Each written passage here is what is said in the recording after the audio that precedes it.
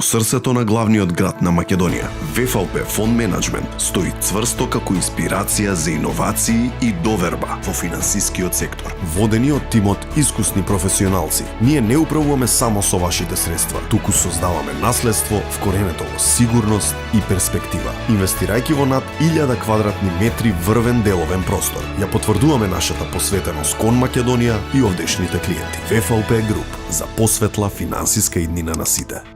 Добро вечер на сите и добродојдовте на новиот ВФП квартален инвестициски подкаст. Јас сум Марио Ѓоргиев, председател на управниот одбор на ВФП Пензиско друштво и член на инвестицискиот одбор на ВФП Фонд Менаџмент. Вечерва заедно со мене се двајца неверојатни професионалци од ВФП групацијата, кои покрај тоа што имаат големи знаења и искуства во своите области, се исклучителни личности кои сами по себе представуваат инспирација за сите нас. Вечерва заедно со мене е Андријана Поповска, извршен директор на ВФП Фонд Менаџмент. Андријана е повеќе од 8 години дел од ВФП групацијата. Нешто што е навистина интересно за неа е тоа што има дипломирано на 2 департмани на Природно-математичкиот факултет. Има лиценца за инвестициско советување издадена од Комисијата за хартија од вредност на Република Македонија и го има положено првото ниво на ФРМ испитот. Така да Андријана е навистина со своето континуирано дообразување и едукација представува една навистина инспирација за сите колеги дел од ВФП Фонд Менаџмент. А вечерва заедно со нас е и Љубомир Ковачевски, инвестициски агент и лидер на тимови во продажба. Љубомир е дел од групацијата повеќе од 12 години и во моментов предводи тим од повеќе инвестициски агенти. Љубомир инспирира со неговото постојана тенденција за континуирана едукација во областа на инвестициски фондови со цел да понуди што е можно подобра услуга за своите клиенти и инвеститори, но нешто што е исто така подеднакво важно е неговата континуирана едукација во областа на менаџментот на нови млади таленти во нашата групација. Вечерва заедно со моите колеги всушност ќе ги представиме резултатите на инвестициските фондови и настаните кои што доведоа до тие резултати. Ќе дискутираме на теми како што се финансиски навики, како и на теми поврзани со кариерен и личен развој.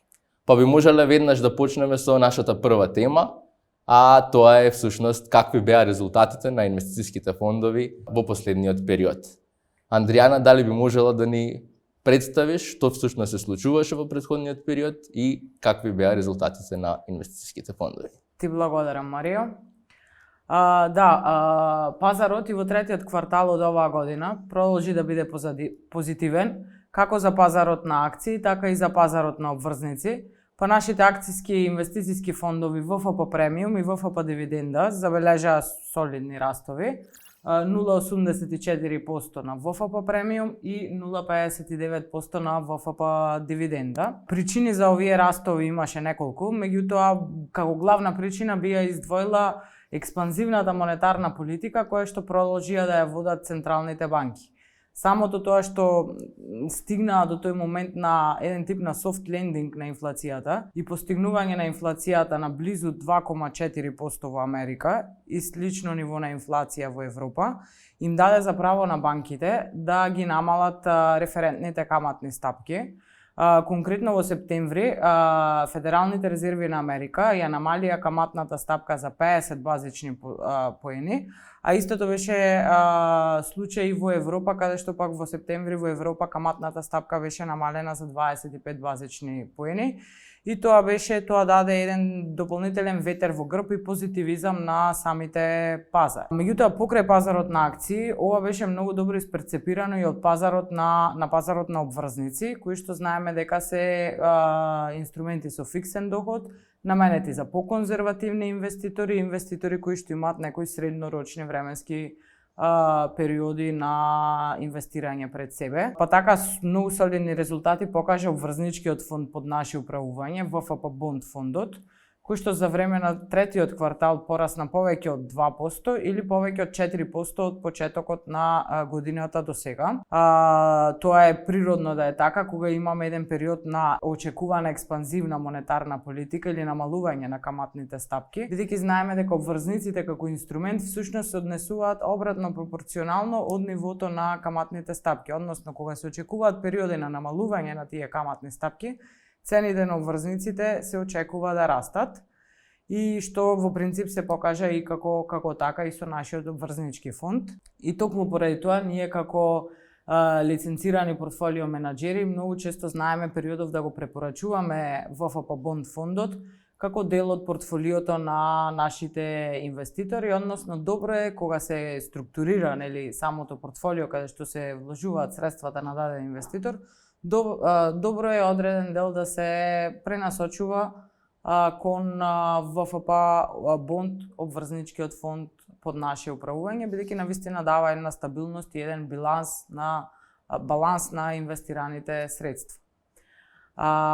ВФП кеш депозит фондот пак, кој што е наменет за краткорочни инвестирања, представува пандан или замена на депозит по видување и средства кои што се користат за краткорочна ликвидност, со временски хоризонт до 1 година, исто така забележа позитивни резултати, 0,58% во текот на третиот квартал од годината или од почетокот на годината за 9 месеци 1,84%, што ако се земе во предвид дека тука средствата се 100% ликвидни и расположливи за многу краток временски период на самите инвеститори, е навистина еден солиден принос. Исто така солиден перформанс покажа и ВФП доброволниот пензиски фонд со кој што управуваме. Тој знаеме дека е еден тип на балансирано портфолио, каде што најголем дел од средствата се инвестирани во обврзници, околу 50% од средствата се инвестирани во обврзници, додека 30 до 40% од средствата се изложени према акции и удели кои што вложуваат и удели во инвестициски фондови. Во последните 12 месеци доброволниот пензиски фонд, ВФП доброволниот пензиски фонд оствари номинален принос од околу 12%, или тоа намалено за инфлацијата во истиот тој период е реален принос од околу 9,6%, што е исто така еден солиден принос кој што беше историски, меѓутоа ќе видиме како ќе биде и во идниот период. Добро, значи можеме да заклучиме дека навистина целата година беше пропратена со позитивни резултати, со добри перформанси на акцијските инвестициски фондови. Видовме дека таквиот резултат исто така беше проследен и со добар резултат и во обврзничкиот наш фонд. Паричниот фонд па дополнително, односно ВФП кеш депозит, имаше прилично атрактивен, стабилен принос, кој што веројатно и повисок од тоа што беа приносите на тој фонд во претходните години. И навистина можеме да заклучиме дека во ВФП доброволниот пензиски фонд има неверојатни, можеби исклучителни резултати во последната година, каде што очекуваме дека инвеститорите и членовите, пензионираните членови, ако станува збор за доброволниот пензиски фонд, би требало да бидат задоволни од ваквите перформанси. Така е. Сега овдека збориме за резултати и приноси кои што се остварени на средствата на фондот, односно оние кои што инвестирале на точно таа точка на почетокот на годината или пред една година, всушност го оствариле овој принос на своите средства. И за оние инвеститори и постојни членови, пензионирани членови, веројатно име се позапознаени со концептите на инвестициски фондови, пензиски фондови и така натака. Но Љубомир, можеби би било добро за нашите гледачи кои што за прв пат се вклучуваат и прв пат се сознаваат со овие поими, можеби да ни дадеш едно мало објаснување што се инвестициски фондови и како луѓето може да ги искористат истите. Најпрво да ти се заблагодарам за поканата.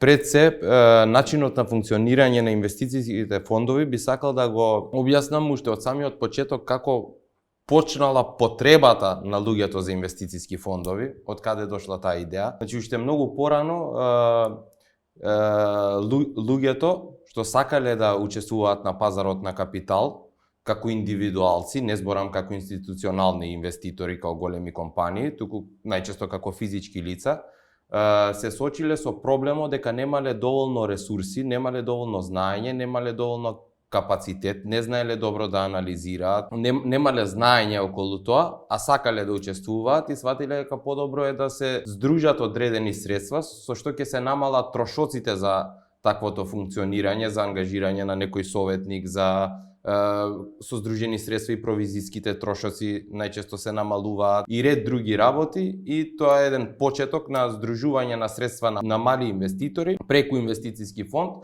за професионалци во таа област, инвестициски советници и така натаму, да им ги управуваат тие средства на најдобар можен начин на самите индивидуи да си се бават со професијата која им е примарна во своето работење.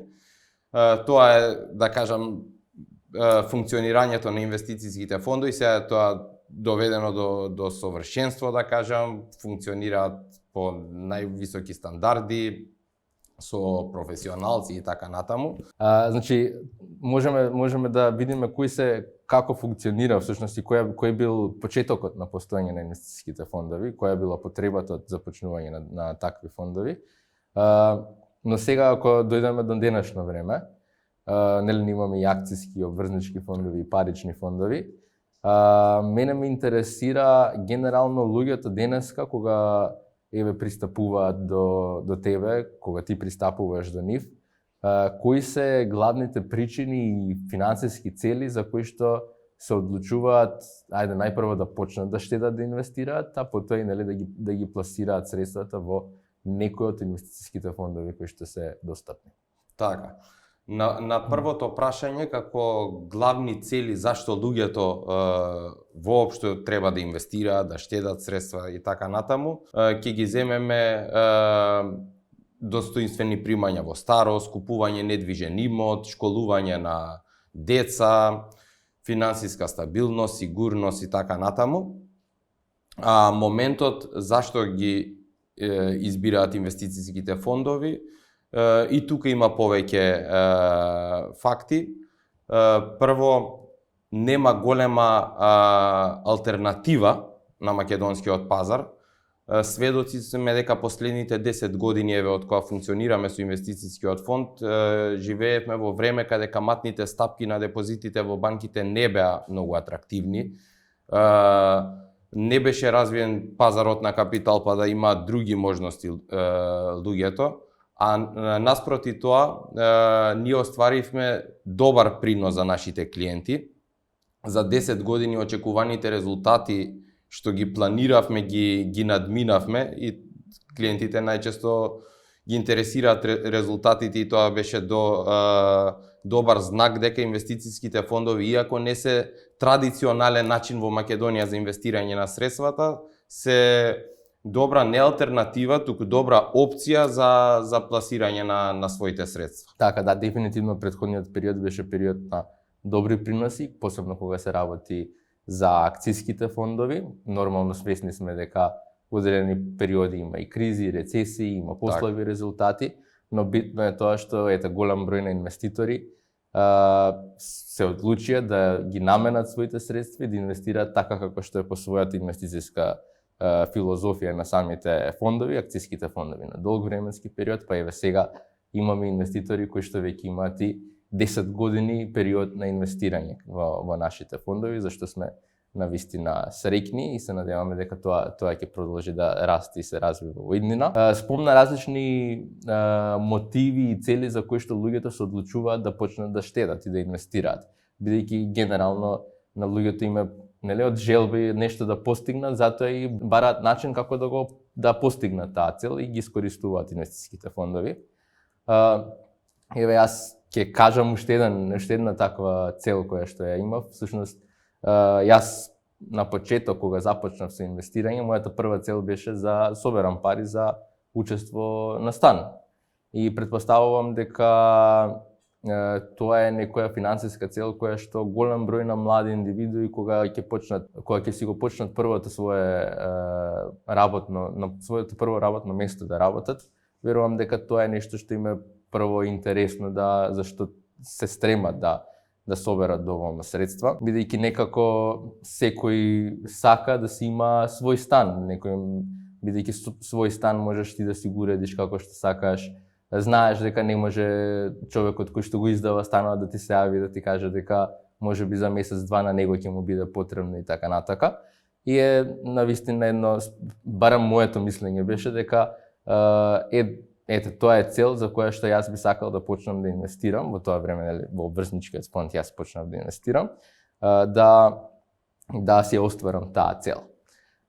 Сега во однос на ова прашање ме интересира кој е твоето мислење, твоето лично мислење во однос на тоа дали најпрво е паметно да се инвестира во еден сопствен стан, да се купи сопствен стан, или можеби е попаметно да се живее под кирија и да се искористат тие средства поинако финансиски. Тоа е еден дел, а втор дел дополнување на ова прашање би било кој е твоето мислење па за купување на стан како инвестиција, не да се живее во станот, туку како инвестиција за да се оплодат своите средства. И дали тоа е паметно или можеби инвестициските фондови се подобра опција. Кога сме кај првото прашање, дали треба да се инвестира во сопствен стан, категорично сум да, секако дека треба, кој е станот за живење, за сопствени потреби, сум да се инвестира и да се купи стан, да не се живее под кирија, бидејќи станот во кој што живееш е дом на еден начин, не е само класична недвижност како инвестиција, туку е дом, има посебни емоции, си го уредил како сакаш, се чувствуваш пријатно и сум секој да проба да купи сопствен стан. А кога сме кај делот, дали како инвестиција да се купи одреден недвижен имот, стан во овој пример, мое лично мислење е дека денешните пазарни цени на квадратот во Скопје ќе земам, толку порасна што веќе таа инвестиција, да се земе стан како инвестиција, станува се понеатрактивна во делот на повратот на средства преку рентање на тој стан. Проблемот е што цената на квадратот порасна многу повеќе отколку цената на киријата. Ако цената на квадратот се дуплирала, пример во последниве 3-4 години, цената на киријата пораснала можеби негде 20%. Секогаш има исклучоци, сакам да кажам. Некој земал стан по многу добра цена, начекал.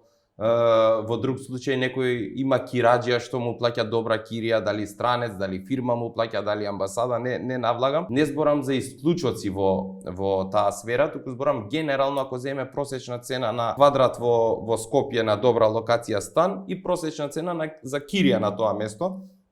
Ако пред 4-5 години со старите цени на становите, пред да биде големото покачување, колку што сум пресметувал лично, кога сум правил математика, повратот е негде 20 години на таа инвестиција, може би повеќе од 20 години. Сега со покачувањето на цените на квадратот, а малото покачување на цената на киријата, тој временски период многу се пролонгира. И кога направив математика пред некој ден на таа тема, баш со еден пријател седевме и правевме математика за неговиот стан што го рента, 43 години искачаше повратот ако секој месец има кираџија. Да потенцирам, сакам дека пасивното инвестирање подразбира инвестирање, да имаш пасивен приход каде што немаш личен ангажман. За разлика од инвестициските фондови, каде што е навистина пасивно инвестирање и средствата ги доверуваш да ти ги управуваат професионалци, недвижниот имот си бара и одржување активност лична на сопственикот на тој имот, од аспект се расипало нешто, го издал на студенти, звонела полиција, журка правеле, пукнала цевка, да викнеш мајстори, неплатени сметки, бркај го со договорот по судови, неплатени кири, секојаш има просторот кој ќе се отиде еден кираџи, а друг да се најде друг кираџи, агенциски провизии, доколку сака легално да биде издаден тој стан, треба да се плати и данок, се носи и други трошоци. И затоа мислам дека во овој временски период, иако не сум против недвижностите, напротив, верувам дека недвижностите се убава инвестиција, ги сакам, но инвестицијските фондови мислам дека во овој период, во овие пазарни услови се многу подобра алтернатива за инвестирање, посебно и за помали инвеститори, бидејќи за да се инвестира во недвижен имот, стан или па деловен објект и да се плати на кредит, па после да се отплаќа со киријата, дел од ратата и така натаму, учеството кое треба да го собереме не е на овие пазарни цени денес, ни така наивно, ни мало. А инвестицијските фондови се модел каде што со мала сума на пари, во континуитет можеме да постигнеме одреден резултат. Овдека уште некој, мислам, прво фактот дека собирањето на средства и за учество за стан денеска веќе е и долгорочна финансиска цел, бидејќи се потребни посериозен износ на средства, имајќи во предвид дека цените на становите на вистина се пораснати. Дефинитивно нешто што е како бенефит плюс на инвестицијските фондови е тоа што нели тие се делливи, не уделите се делливи, можеш помал износ да вложиш во него и помал износ да повлечеш од него. Кај станот, кога се купува доколку имате потреба доколку човекот има потреба да повлече дел од средствата, тогаш не може да продаде само ходник или соба или слично, туку ќе мора цел стан да го продаде, што е проблем, е реален проблем, така да ликвидноста и неделливоста се па повторно тука и агенцијски провизии. Дополнително прашање на крај, па дали станот кој што ќе го продадеш ќе се продаде исто како нов стан. Ние сега цените на становите кои што генерално нели се продаваат се новите градби. Никој не ја гледа амортизацијата, реновирање на 5, 6, 7 години кога живееле кираџи и така натаму. Па можеш да го реновираш станот, ама не можеш зградата да ја реновираш. И влезот е битен каков ќе биде. Па дали локацијата се погодила, не се погодила. Ние знаеме дека има, ајде ако се гледаат становите во Центар и Карпош, тие се пораснати, ама не секој кој што вложил во стан во Центар и Карпош. Има и други населби кои што можеби растот не го следел тој кој што ги следеле тие глобални трендови.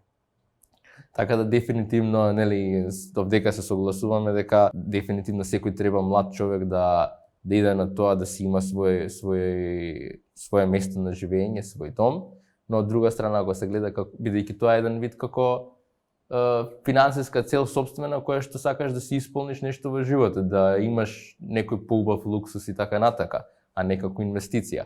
Додека кога се работи за инвестиција во недвижност, посебно имајќи ги во предвид моменталните цени на квадрат во посебно во Скопје, и јас можам да се согласам со тебе дека го делам истото мислење дека е подобро да се бара алтернатива во пазарот на капитал, доминантно бидејќи станот е и стан недвижност кога се купува се работи за долгорочна инвестиција, така да дефинитивно паралела би било нешто подоминантно акцијски портфолио со нешто обврзничко, доколку се прави некоја нели паралела на долгорочноста на такво инвестирање.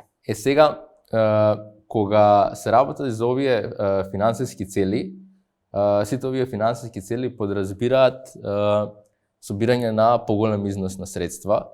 Остварување на овие финансиски цели не е нешто што се прави преку ноќ, не може од денес за утре со платата која што ќе се добие да се постигнат. Па тука се поставува прашањето како да се стигне до таа финансиска цел. Односно, еве Андријана, ќе те прашам тебе, кој е твојот совет и кои се твоите практики кога се работи за постигнување на финансиските цели, колку ти одвојуваш, штедиш и инвестираш од твоите примања, колку препорачуваш на луѓето да штедат и инвестираат од своите примања за да си ги остварат своите финансиски цели. Така е, Марио. Кога зборуваме за штедење или инвестирање, многу е важно да се најде соодветниот баланс помеѓу тековните трошоци кои што ги имаме и долгорочните финансиски цели кои што си ги имаме поставено.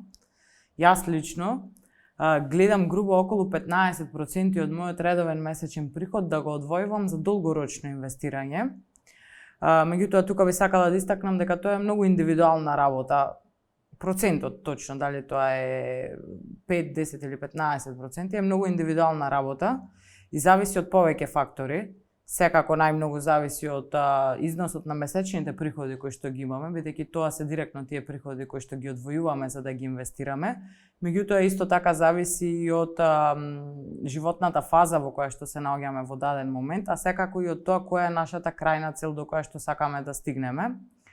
Например, еден джуниор кој што се вработил пред нецела година, логично е неговиот процент на одвојување за долгорочно штедење да е многу понизок од некој човек кој што веќе е етаблиран во својата професија, се изградил во својата кариера, стигнал до определена фаза каде што можеби поголем дел од своите трошоци кои што ги имал, дали тоа за рати за кредити, за своите деца и слично, веќе ги исплатил. Така да тој процент кај тој човек варира. Меѓутоа, главното нешто кое што ние го сугерираме и го препорачуваме, не е важно кој процентот со кој што ќе се почне. Дали тоа ќе бидат 5%, 10% или 15%. Она што е клучно е стекнувањето на навиката. Што е можно побрзо да се влезе во таа фаза на штедење или инвестирање. Сега, исто така многу е важно да пред да започнеме да ги исполнуваме тие долгорочни финансиски цели, инвестирање во акции или во инструменти кои што имаат подолгорочен временски хоризонт, важно е да обезбедиме определен дел, тоа го викаме ние, нели, штедење, определен дел на приходи или пари на страна за не дај Боже, кои што ќе ни бидат кои што би покривале 3 до 6 месеци од нашите редовни расходи. Така да тоа е една наша препорака која што ние ја даваме на секој млад човек, а тоа е почеток со вложување и следење на таа дисциплина. Или овде како направиме паралела, значи кога ќе почне првата плата да ја добие, да од првата плата нешто барем размислува да почне да го штеди за некоја финансиска цел. Ете, јас сум одлучил за учество во стан да биде финансиската цел и сум почнал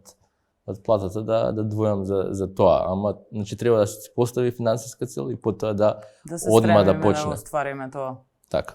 Без финансиска цел, веројатно и ќе ни одат парите, лево десно ќе ги трошиме парите без да имаме нешто поставено до каде треба да стигнеме. Љубомир, каква е твојата пракса во овој дел? Колку ти штедиш и инвестираш од твоите примања и кои се твоите мислења на ова прашање? Се согласувам со Андријана дека кога сме кај штедењето и колкав процент, тоа е индивидуално и не може на секој да се наметнува истиот процент дека треба да го штеди. Ја генерално исто штедам како што ги советувам и клиентите дека би било добро да штедат. Околу 15% од приходите, зависно и кој месец, има различни месеци, гледам да штедам околу 15% од приходите и тоа го правам на исти начин како што налагаме клиентите да го прават со цел да се стекне одредена навика, го правам со траен налог и препорака кога се прави траен налог да се направи на првиот или вториот ден после зимање на платата, а не на последниот ден кој истекува месецот, бидејќи некогаш сакаме да заштедиме од нешто што останало во месецот, а најчесто успешно штедење или инвестирање доаѓа кога ќе ги земеме примањата, првин го тргнеме делот што е за нас, за инвестиција или за штедење, а го трошиме остатокот. И таа формула се покажува доста успешна.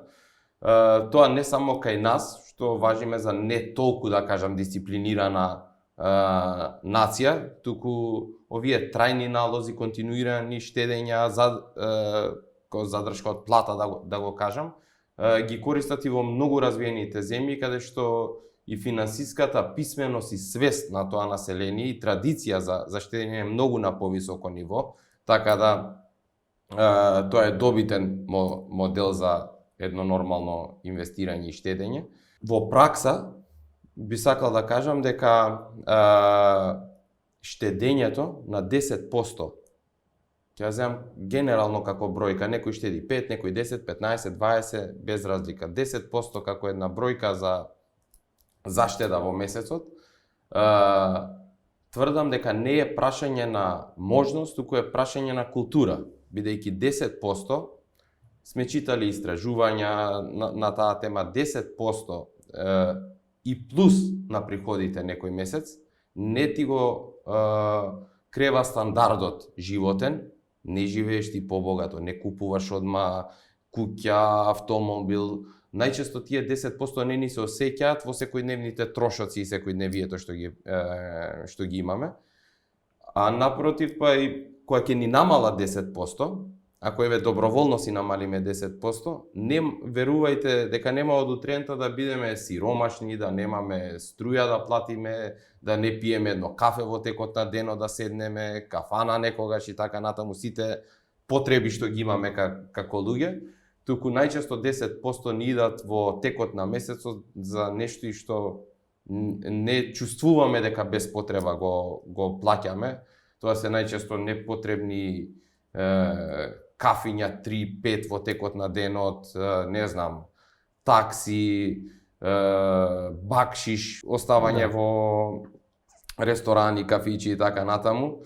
И ред други работи што има многу, листата е многу долга на работи. Почнеш повеќе луксус да си... Да. Интересно е што кога сум разговарал пред 4, 5, 7, 10 години уназад со одредени луѓе што стварно во тој момент имале помали примања и тоа им било изговор дека не можат да заштедат ниту 10%. Ја не сум се слагал со тоа дека тоа живееле со нивните дома, немале деца, кири, трошоци, кредити, дома јаделе, дома пиеле, ги переле, ги пеглале, тоа им било џепараци и немале, им било изговор дека им се мали примањата.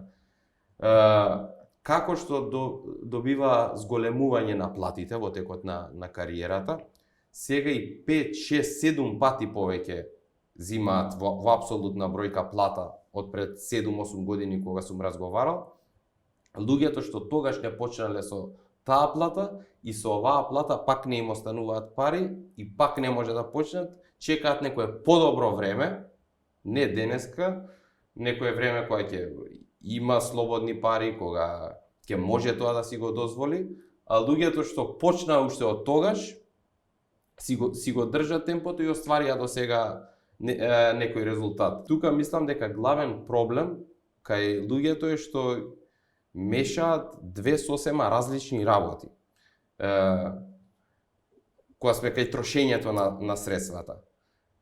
Имајќи пари за нешто, ако имам на сметка пари за нешто, тоа не значи дека јас имам стандард истото да го купам и да го платам. Луѓето ги мешаат често, посебно младите луѓе, гледам како функционираат, доколку има пари на сметка,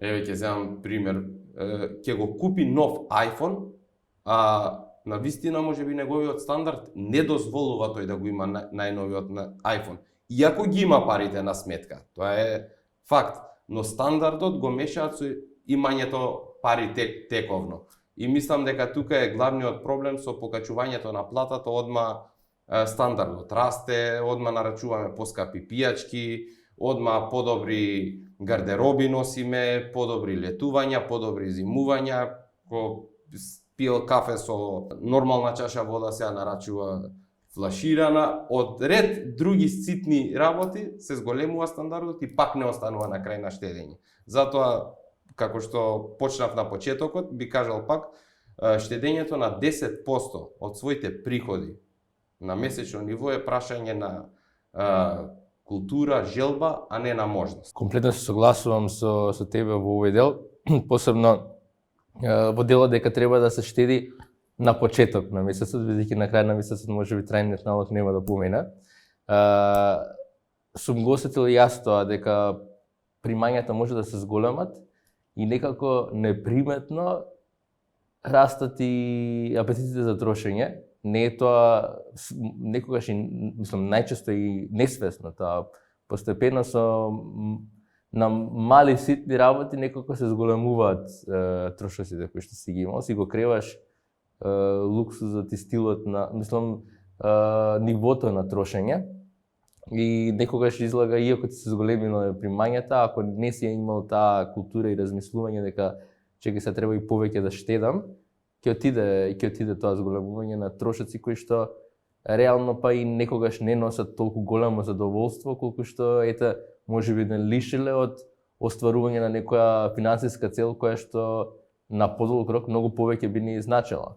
Дали ете нели во било кој дел, дали на долг рок за поголема финансиска стабилност, независност да имаш, дали можеби за да се купи нов поубав стан, поубаво место за живење, иако и тоа е нели одреден луксус, ама нели на крајот Една работа, големите. Исто, извини што те прекинав, би сакал да додадам тука. Луѓето за да се одлучат да почнат да штедат, во пракса имаат еден изговор дека сакаат денеска да живеат, денеска да трошат. Сакам да разјасниме дека ја не сум против живење и против трошење. Напротив, и јас сакам се што можеме да си приуштиме.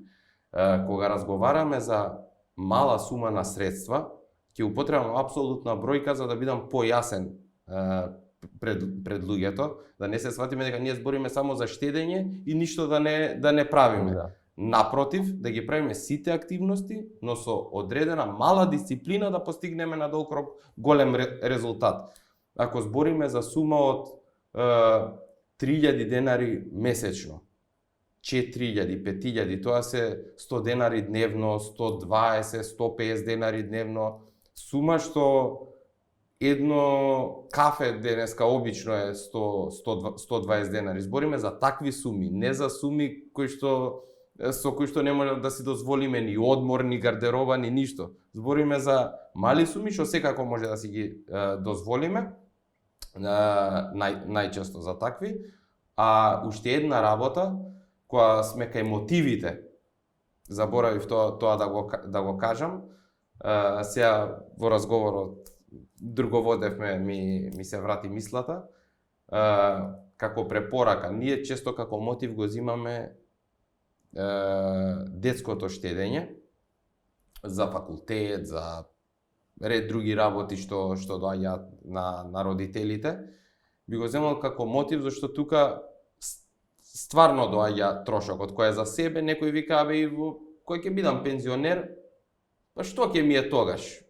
Пари, секако ми поминал животот, не ми треба, ама кога се работи за дете, многу поинтелигентно би било дека трошокот секако ќе те стигне. Нема дете што не пораснало. Си поминуваат годините, ќе дојдат трошоците, факултет, свадба, недвижен имот и така натаму. Сега, пролонгирањето на родителот да започне со штедење и продавањето на изговорите сам на себе, дека јас секако ќе почнам за моето дете и сакам, но сега не е правиот момент, факт е дека се оправдува во моментот себе си во тој дел, но го скратува времето за реализирање на таа цел.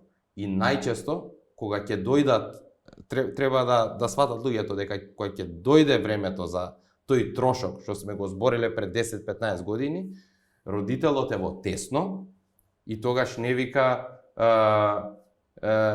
не можам, имам, немам, најчесто ќе земи и кредит, зашто детето ќе му запне, можеби има капацитет да иде на добар факултет, треба да се школува, родителот сака да му помогне, ќе земе кредит, пример 20.000 евра ќе ги земе тогаш, за родителот да ги враќа после во наредните, пак да прави траен налог на кредитот во наредните 20 години и да врати 30 или 40, не навлагам точно во апсолутни бројки да не бидам погрешно разбран, ќе врати голема сума на пари, многу поголема од тоа што му допринел на детето да потроши и да има задоволство од тие пари.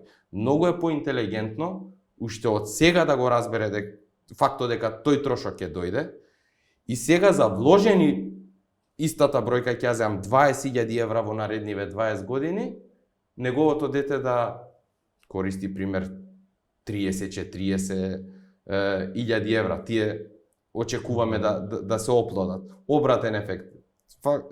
Целта на моветот ми беше дека трошоците секако доаѓаат, подобро со време да почнеме да ги решаваме тие проблеми, да кажам, отколку кога ќе бидеме во тесно, па би прифатиле и секое решение што не е поволно за нас. Многу убав пример одбра за јуниори, нели, тоа е дефинитивно нешто што на секој родител му е приоритет за детето да обезбеди солидни финанси за солидно образование, но може да се направи паралела истото и со она што кажавме пензионирање. На крајот ќе дојде да се пензионира, ама тогаш нема да биде некој друг човек, тој пак јас ќе бидам тој кој што ќе биде на 64 години кога ќе бидам. И тогаш нема да сакам Секако. да не трошам, да живеам поскромно и така натака, ќе сакам да го задржам тој стандард тогаш кога ќе го имам. А времето тече, исто како што времето тече и до детето да дојде до полнолетство, така времето тече неприметно, доаѓаат и нели поминуваат годините и ние се доближуваме и до оние години можеби кои ќе дојдеме до. Факт е дека секогаш мислиме дека највеќе средствата ни требаат и сите средства во овој момент. Така е. Од 20 годишни, 21, 2, 3 години по завршување на факултет кои ќе се вработат, викаат мене сега ми треба средства. На 45-6 стар ќе бидам, тоаш нема да ми требаат средства. Таква перцепција има 20 годишен човек. Да го прашаш на 45 години дали му требаат средства, ќе рече не да ми требаат, никогаш повеќе не ми требале. Он ќе рече на 60, па мене стварно нема да ми требаат средства. Да го прашаме тој на 60, ќе рече па цел живот работам, ако не заслужив сега бар да си приуштам одредени работи што ги сакам целиот живот, кога? Помина животот. Така да секогаш е добар момент да се почне со едно програмирано инвестирање и штедење. Сега, Андријана, сакам да те прашам, ми се има случајно на неколку наврати на состаноци со инвеститори, да дојде и да ми каже со реален проблем, односно со реална ситуација, имам 5000 евра на сметка. Како да постапам со нив? Дали веднаш да ги инвестирам или можеби да почекам, не знам, да не е добар сега моментот, да не е подобро ако паднат берзите, па тогаш да ги вложам тие 5000 евра, да ги поделам ли? Кој совет ти би го дала на еден таков потенцијален инвеститор? Да, мислам дека тука треба да разграничиме дека навистина не постои совршен момент за почеток на инвестирање, бидејќи пазарите на капитал се навистина непредвидливи. Оние инвеститори кои што се подолго време на берза знаат која е таа непредвидливост за која што ние зборуваме и доколку чекаме момент берзите да паднат, може да се случи напротив спротивното, тие да порастат и ние да не сме дел од самиот раст. Нашиот капитал всушност да не е дел од самиот раст на берзите во тој момент. Впрочем, сме имале вакви ситуации, сме имале инвеститори кои што пред една година од сега сметаа дека баш тој момент не е добар, чекаа да се случи некој пат за да го пласираат дел од својот капитал, а гледаме дека во последните 12 месеци баш растовите на пазарите на капитал беа и двоцифрени. Тоа е таа непредвидливост за која што зборуваме. Во една ваква ситуација, она што ние го препорачуваме е распределба на вкупниот планиран износ за инвестирање. Конкретно, на пример, ако инвеститор планира да вложи 5000 евра, она што ние би го препорачале е тие 5000 евра да се поделат и да се инвестираат етапно на неколку пати. Што значи тоа? На 5 месеци, во 5 месеци по 1000 евра да се пласираат, со 1000 евра да се влезе во различен момент на берза. Тоа значи дека ние преку таквото неколкукратно инвестирање на вкупниот планиран износ го искористуваме така наречениот ефект на упросечување на цената на удел.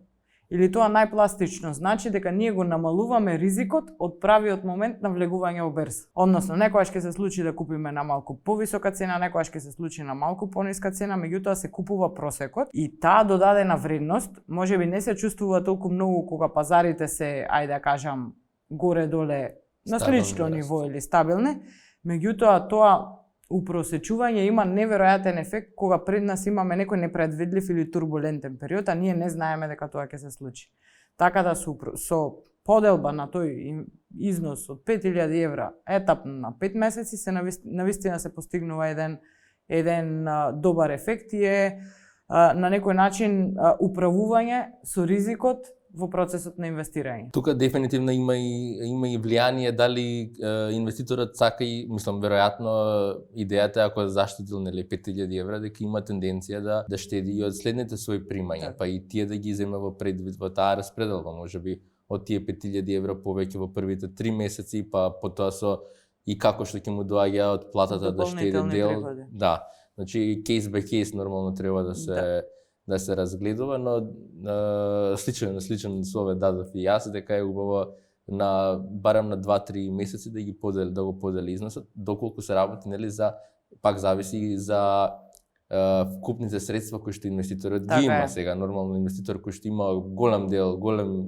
износ на средства заштедено и сега се работи само за 5000 евра, што не му значат многу во целосната слика на имот кој што го има самиот инвеститор, тогаш да, може и веднаш да ги вложи тие 5000 евра, бидејќи следниот месец пак може да направи инвестиција доколку има турбуленција на пазарот.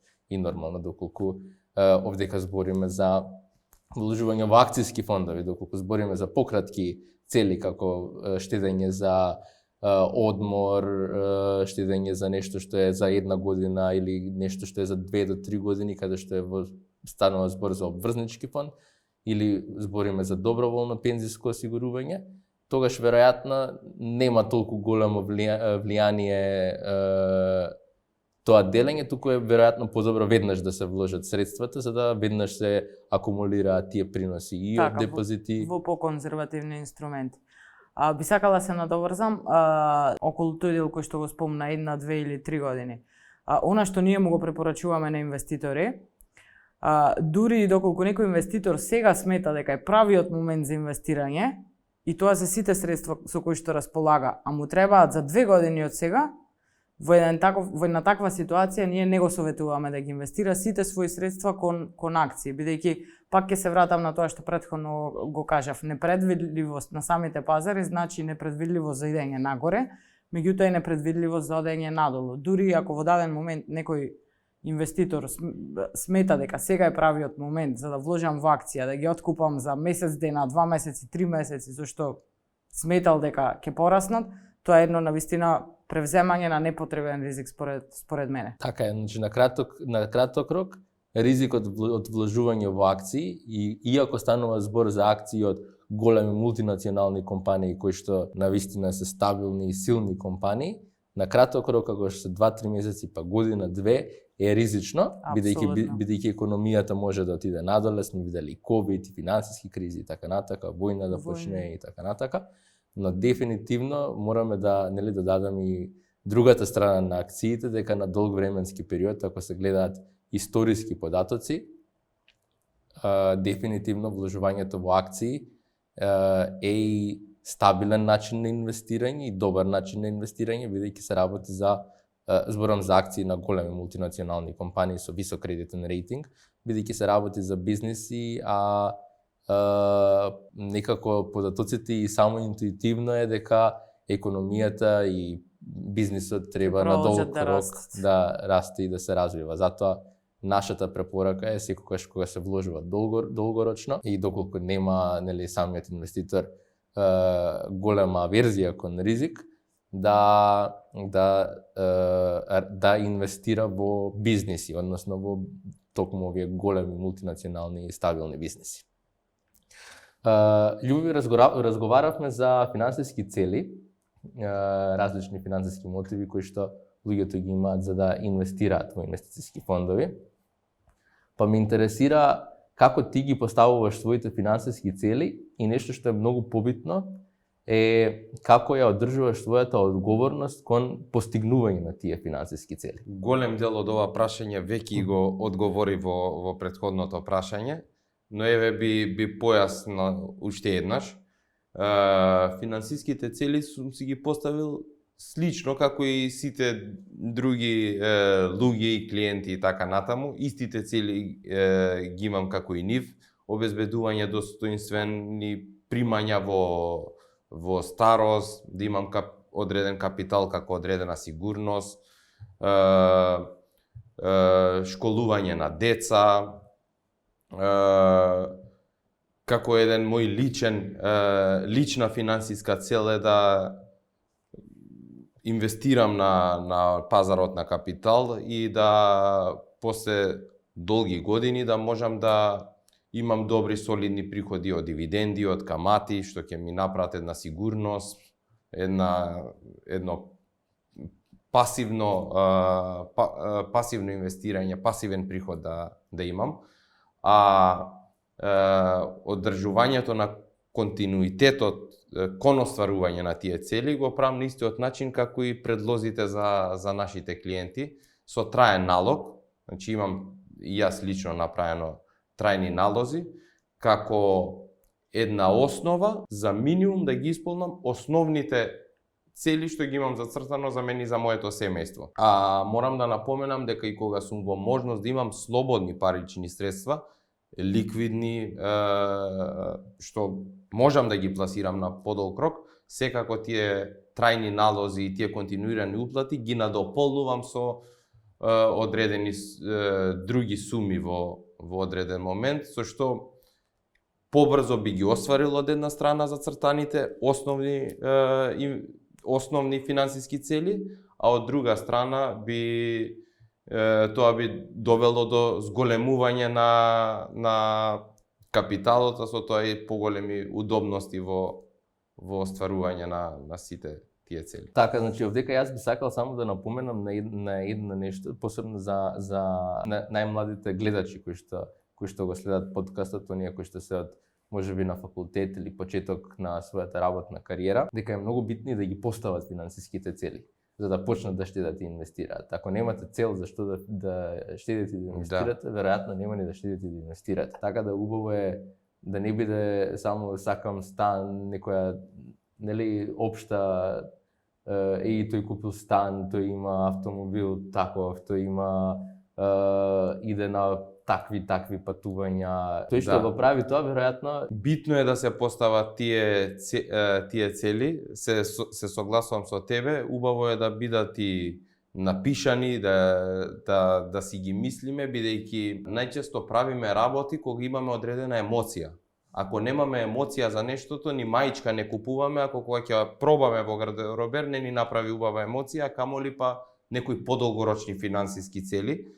И самото замислување во одреден стан, самата замисла како патуваш на убави дестинации, слободен си, не си финансиски загрижен, самата замисла како тие што имаат деца си ги пуштаат децата на школување, немаат финансиско оптеретување, немаат стрес околу тој дел, туку им се радуваат на успесите на децата. Самите тие емоции и замисли кои ќе ги поставиме целите јасно, многу е полесно да почнеме со реализација отколку само да се општи тие цели дека сакаме нешто да направиме, сакаме да заштедиме и така натаму. Андријана, мене ме интересира како ти започна да инвестираш, во што, кога, како започна твоето искуство? Започнам да инвестирам доста рано, уште првото мое вработување, втора или трета плата по самото вработување.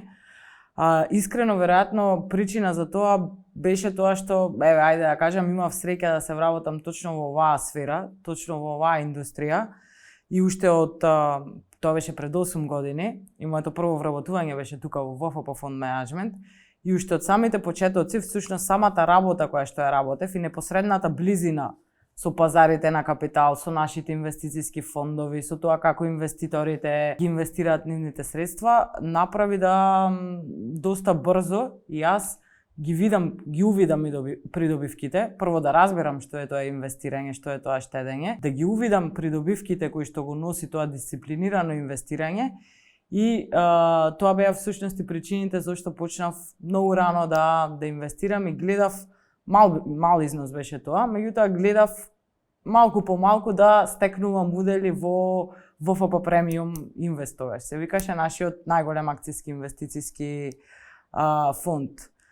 Нешто што никош нема да го заборавам, а тоа беше 2016 година, пред новогодишните празници. Тогаш уште бев и на пракса во ВФП Фонд Менеджмент, 2 до 3 месеци после започнувањето на мојата пракса. Во нашите канцеларии дојде една повозрасна госпоѓа, баба која што се распрашуваше како може за своите внуци да купи удели како подарок за време на новогодишните празници.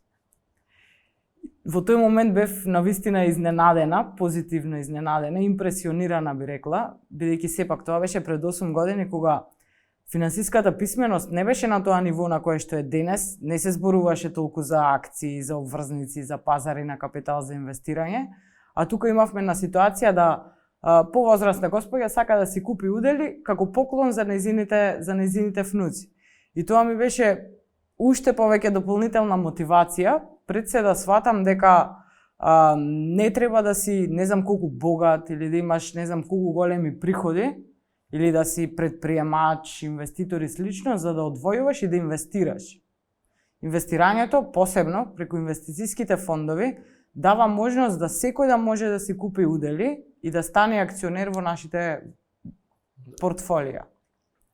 Така да тоа беше, ајде да кажеме, навистина симпатичен момент кој што дополнително ме мотивира да, меѓу другото, да разберам и дека секој може да инвестира во било која возраст, меѓутоа раното инвестирање и покасното инвестирање, значи навистина се бенефитите кои што на крај се постигнуваат се различни. Љубомир, во неколку наврати ги спомнавме термините штедење и инвестирање. Често ги користиме како едно и исто, но има одредена разлика. Андријана малце ја начина разликата, но можеби би можеле малку повеќе ти да ни објасниш која е разликата измеѓу штедење и инвестирање и зошто има потреба и двете да ги правиме. Така, се согласувам дека има потреба и двете да ги правиме и најпластична разлика, наједноставна разлика помеѓу штедење и инвестирање најчесто е временскиот хоризонт.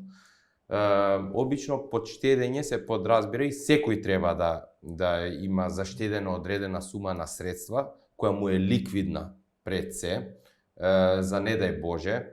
Најмалце, мојот став е дека најмалце 2, 3, 4 месеци, ако нема човекот приходи, мора да има заштедено пари за да нема финансиски стрес во тој момент. И тоа најчесто го прават нашите клиенти во кеш фондот, бидејќи тој е ликвиден, нема ризик од осцилации на уделите, стабилен е, дека најголем дел од средствата се инвестирани во депозити.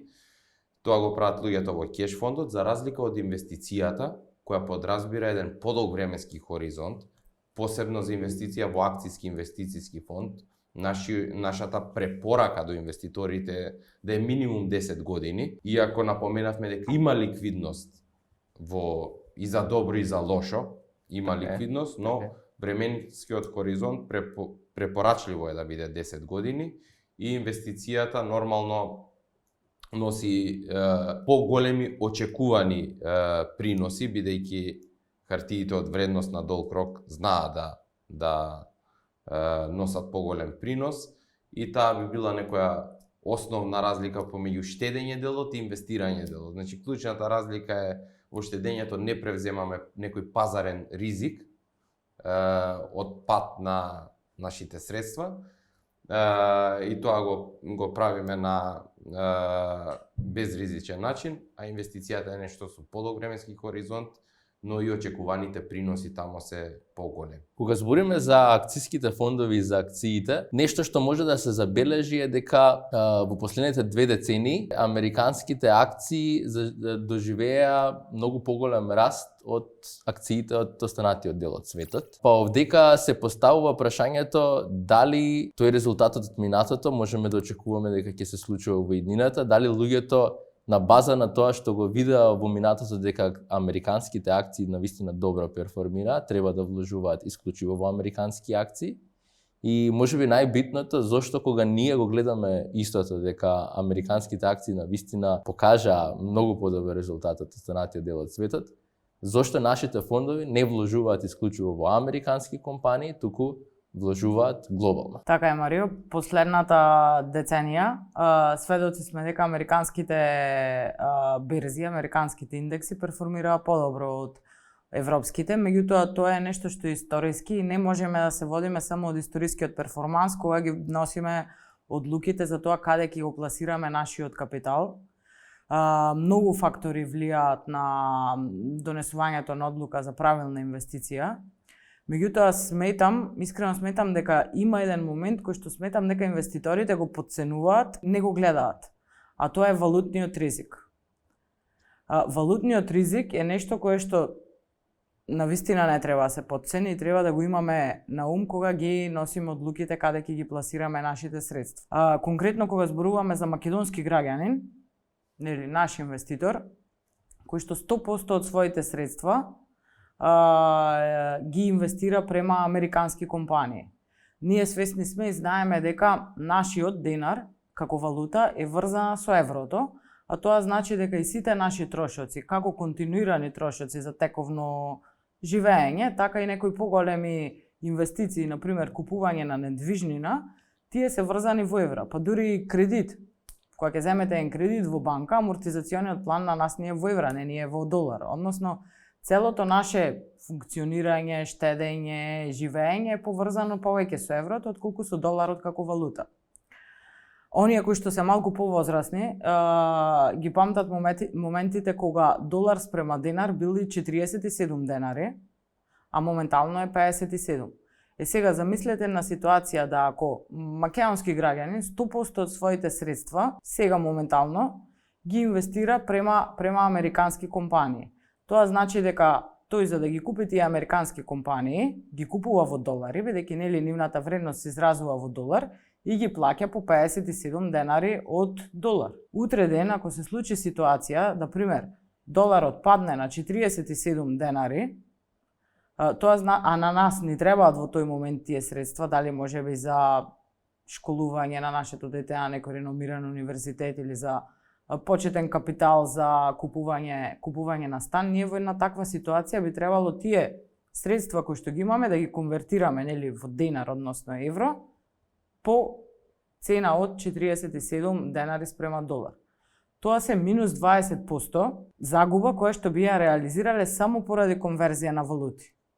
И тоа навистина не е малку и не смее да се подцени или да не се земе во предвид кога се носи одлуката каде да се инвестира. Дели ние како портфолио менаџери го следиме тоа ни е работата малтене, и токму поради тоа направивме една анализа за да видиме како се движел доларот во однос на еврото на малку подолгорочен период. Затоа имаме еден график каде што анализираме вредноста на долар спрема евро од 1986 година до 2024 година и тука земаме период од 10 години каков бил курсот, како варирал.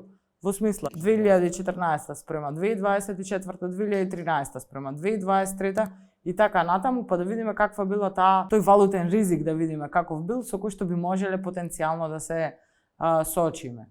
Од графикот можеме да заклучиме дека навистина далеку од тоа дека доларот со еврото биле константни како курс, или дека тоа доларот постојано јакнел во однос на еврото, туку баш напротив, имало периоди кога доларот во однос на еврото имал и загуби од минус 40%, така да тоа е еден навистина... И тоа на 10 годишни периоди. И тоа на 10 годишни периоди, а не зборуваме за некои пократкорочни периоди каде што можеби некои политички случувања, рецесии или слично би можеле да влијаат на таквите курсни разлики. Токму поради тоа, мислам, ние гледаме дека американските акции изминатиот период перформираа подобро од европските, меѓутоа како инвестициски советници, како портфолио менаџери, во ниту еден момент не одлучивме 100% од средствата, ниту на ВФП премиум, ниту на ВФП дивиденда, да ги пласираме кон 100% американски компании, токму поради тој валутен ризик кој што постои. Мислам, едноставно, самиот термин валутен ризик не би постоел како термин и риск менаџерите не би го изучувале и не би се занимавале со таа проблематика ако работите биле толку едноставни. Така. Јас овдека би се надоврзал, бидејќи неодамна направив јас една анализа во однос на портфолиото на S&P 500 на американските акции. Посебно на споредба американските акции во споредба со MSCI World, интернационалниот индекс кој што постои за развиени држави. И нешто што забележав е да луѓето го гледаат последниот период од тете 15 години кој што S&P 500 навистина перформира подобро од MSCI World или од глобалниот индекс.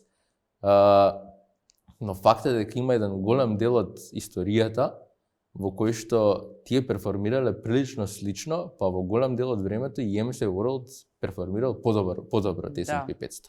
Значи тоа не е ако последните 15 години се случувало, дека ќе се случува и во иднина. Тоа е една работа која што ми даде на мене нели константно го има тоа како ноу-хау групацијата дека потребно е да се диверсификува и дека тоа што се случувало последните 5-10 години не е нели загарантирано дека во иднина ќе се случува, туку секогаш се гледа еден поширок временски период за да се види една поширока слика што може да се случи и така натака. Тоа е еден момент. А втор момент е и уште една анализа која што ја направив во однос на скапост на портфолиото на S&P 500 од аспект на price versus earnings или forward price versus earnings, цена во однос на добивка на самите компании, во однос на овие портфолија кои што ние ги имаме. Ја правев анализата во однос на ВФП дивиденда акции, каде што може да се види дека на вистина forward price versus earnings или цена на добивка е на едно многу поскапо ниво од тоа што било историското и многу поскапо ниво од тоа што го добив како параметар на портфолиото на ВФП дивиденда акции, кој што треба да следи политиката на односно има слична политика на вложување како што има MSCI World, вложување во големи мултинационални компании од развиени држави. Така да тоа генерално се должи на тој тренд на луѓето вложуваат само во американски акции и тоа нормално крева поголема побарувачка и ја крева цената на тие акции. И дури и анализи други кои што ги гледаме покажуваат дека можеби во моментов, па баш напротив, европските, јапонските акции се не толку видени од останатите и имаат некоја вредност која што треба дополнително да се реализира и да се постави како нели да се оствари нешто плюс во нив. Да, тука би сакала да се надоврзам дека многу е различна перцепцијата на еден американски граѓанин кој што 100% од своите средства ги инвестира во американски компании, меѓутоа не смееме да заборавиме дека американскиот граѓанин заработува во долар и троши во долар. Така да многу е разлика.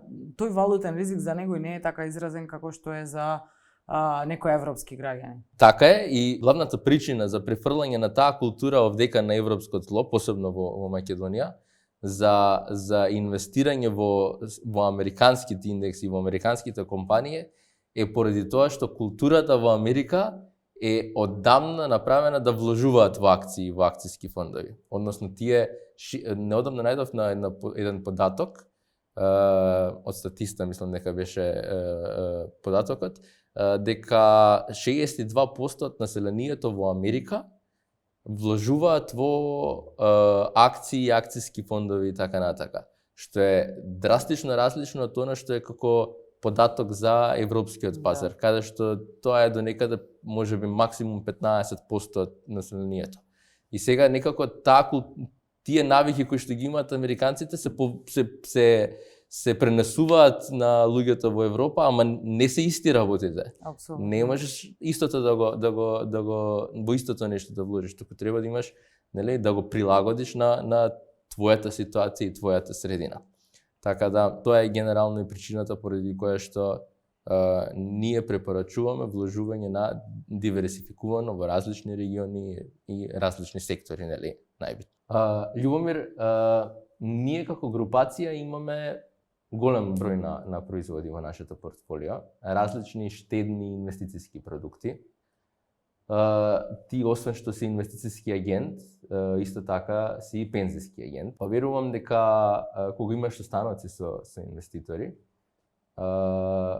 често се случува да можеби да те прашаат и зошто да инвестирам во инвестициски или зошто да инвестирам во пензиски фонд, дали да инвестирам во едното, дали да инвестирам во другото, кога во едното, кога во другото.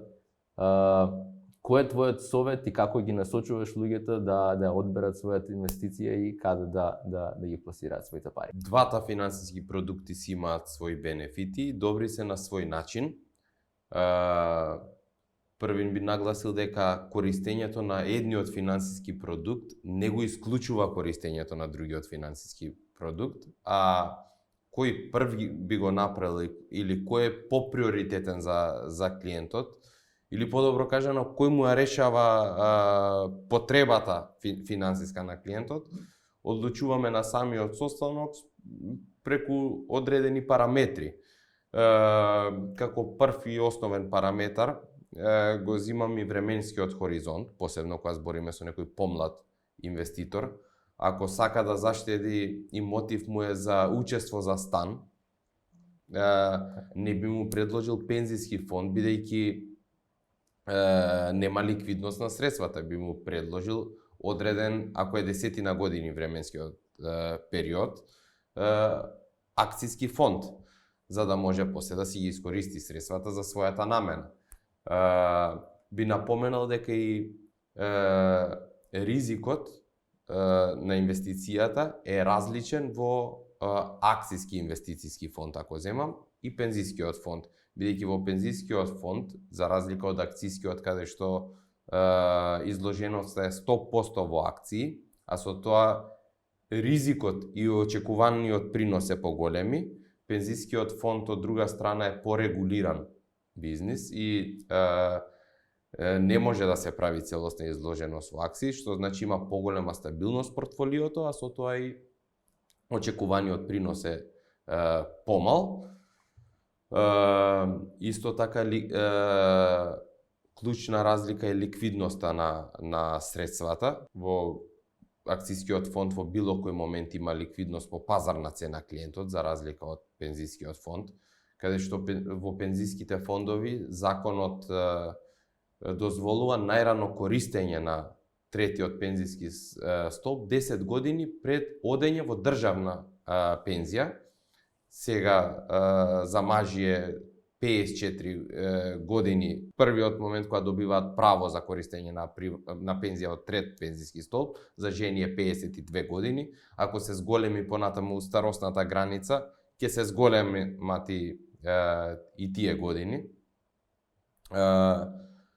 Би сакал да напоменам кај пензискиот фонд, освен кај физички лица, има голема атрактивност кај правните лица, како модел за плюс бенефиција за вработените и обезбедување подостоинствени примања во старост за своите вработени на крајот од работниот век, а само самиот тој момент го има и препознаено и државата со стимулацијата од даночен аспект која ја прави.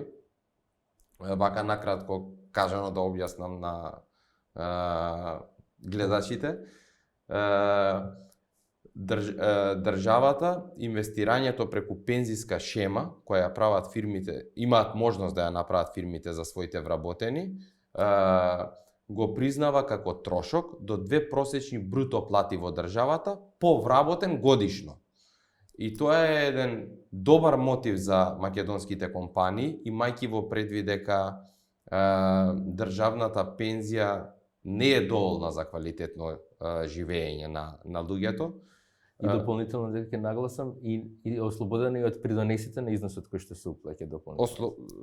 Го подразбирав тоа, ама да нагласиме ослободено од плаќање придонеси и плюс е признато како трошок, не се плаќа данок на добивка на тој дел. Тоа е доволна причина за голем дел компании да размислуваат и веќе го применуваат тој модел како мотивација за своите вработени, дека како дел од таа компанија, освен што ги користи бенефициите, плата, бонус, кола, мобилен и така натаму, зависно на која позиција и какви бенефиции има, користењето на бенефицијата, компанијата да му плаќа за трет пензиски столб, а со тоа да му направи една сигурност за моментот кога ќе иде во пензија или не дај Боже неговата работна способност да се намали пред идење во државна пензија, а правото на користење на приватната пензија 10 години пред идењето е една сигурност и благосостојба за вработениот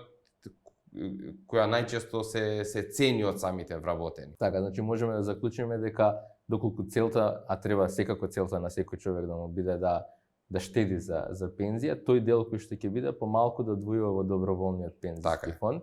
за да ја исполни таа цел.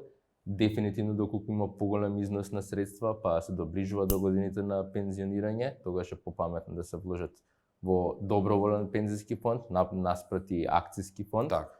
Бидејќи посебно ако има краток временски период пред пензионирање, а за тоа му се наменети парите, има 5, 6, па 7 години, тогаш дефинитивно е подобро да се пласираат средствата во доброволен пензиски фонд, особено ако имаат собрано поголем износ на средства кои што некако поради непостоење или незнаење за таа можност претходно во друго место ги имаат пласирано или ги чуваат како пари на сметка.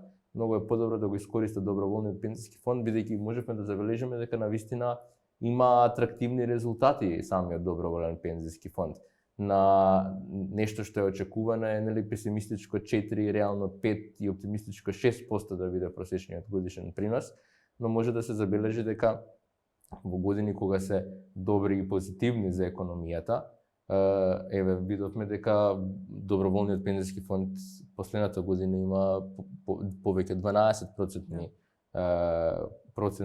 проценти принос, што воопшто не е лошо доколку се спореди со акцијските фондови и навистина тоа атрактивен принос. За 2 години беше, односно од почеток на постоење, 8% просечен годишен принос, што е исто така атрактивно, имајќи го во предвид нормално и моменталниот пазар каде што сите инструменти имаат, нели, прилично добар резултат. И нормално, нели, за компаниите, како што нагласи, посебните даночни поволности кои што постојат. Сега зборевме многу за штедење и за инвестирање. Дефинитивно финансиските навики кај луѓето се можеби најбитната работа за постигнување на тие финансиски цели кои што ги имаат.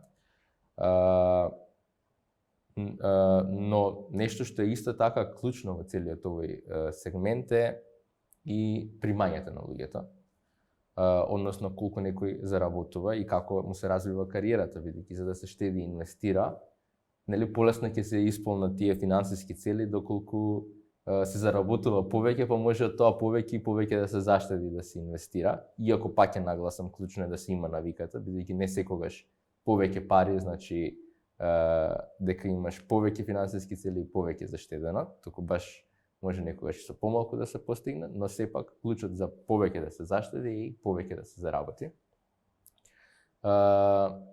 И нормално на секој гледач, на мене, на било кој што е дел од функционирањето во ова општество, секогаш му е добродојдено да слушне советот од некој друг, како побрзо или како подобро да изгради една долгорочна и успешна кариера каде што ќе се развива и ќе успее да, нели, за тоа да биде соодветно награден. Мислам дека и двајцата имате многу што да понудите во тој дел за публиката. И мислам дека и животните стории кои што ги имате и начинот на кој што, нели, размислувате и функционирате, може да бидат навистина инспиративни. Па еве, Љубомир, најпрво би сакал тебе да те прашам како започна твојата кариера и како знаеше дека оваа кариера е вистинскиот пат по кој што треба да тргнеш, да се градиш и да напредуваш. Марио, ме враќаш 12-13 години наназад и ми враќаш емоции од тогаш, од почетокот, на секоја врска, дали е тоа пријателска, љубовна, деловна, емоциите се најаки на почеток. Ја мојата кариера, моето прво вработување не ми беше во ВФЛП. Ја на почеток работев работа што не толку имав желба да ја работам, ама околностите беа такви да работам во семејна фирма како сметководител, така ја почнав мојата кариера.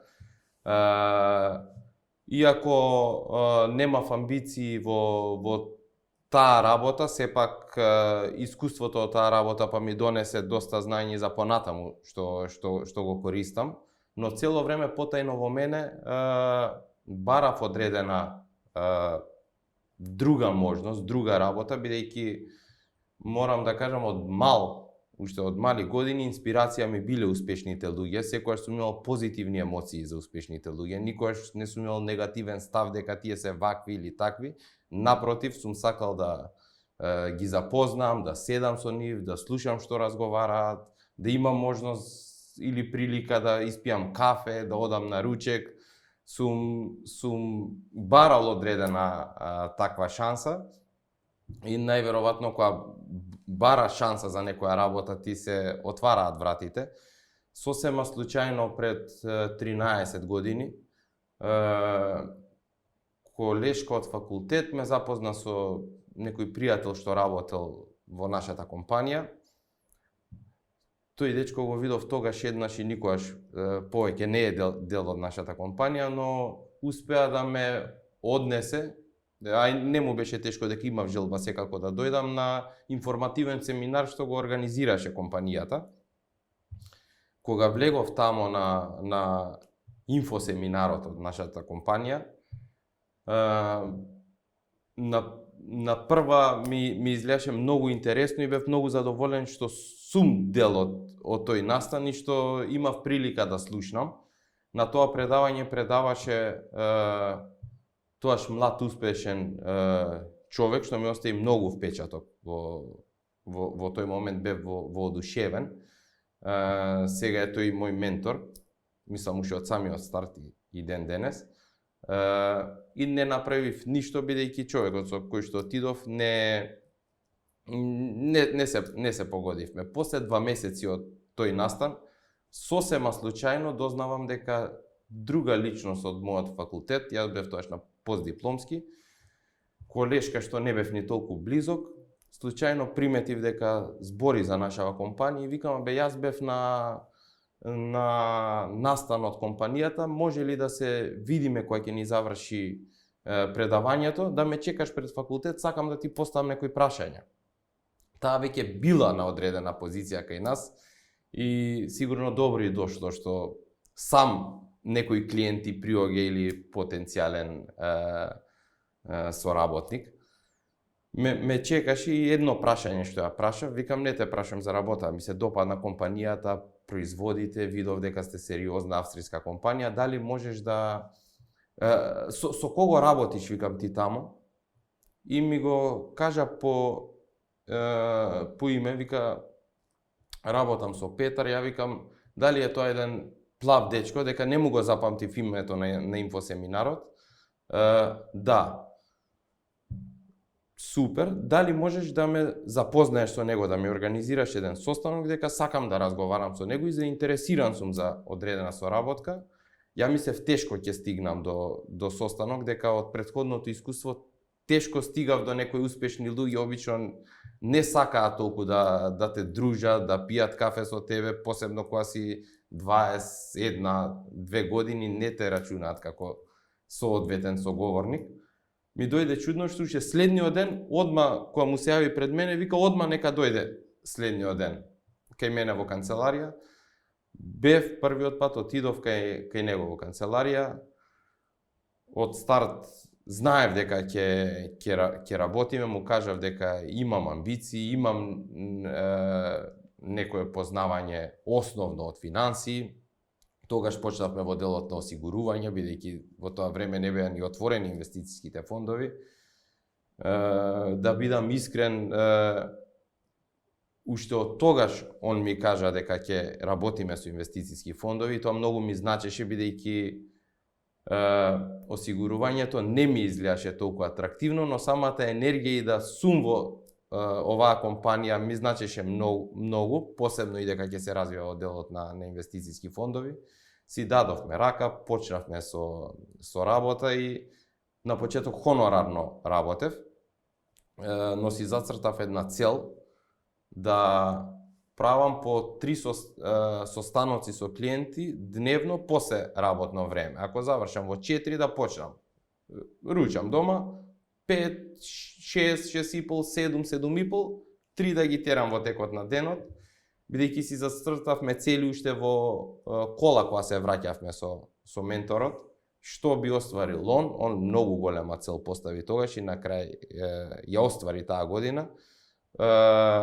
Мојата цел нормално беше помала како почетник, но и јас ја остварив и тоа му беше, претпоставам, и дополнителен мотив кога јас сум остварил нешто, се он како ментор врската му се зголемува дека треба да ја оствари таа цел. Почнавме да работиме, одреден период работев хонорарно. Бев на еден настан од нашата компанија, годишно собрание и пред тоа имав начелно донесена одлука дека ми се свиѓа, тоа е тоа. Добар е моделот за градење кариера, највеќе ми се свиѓаше делот што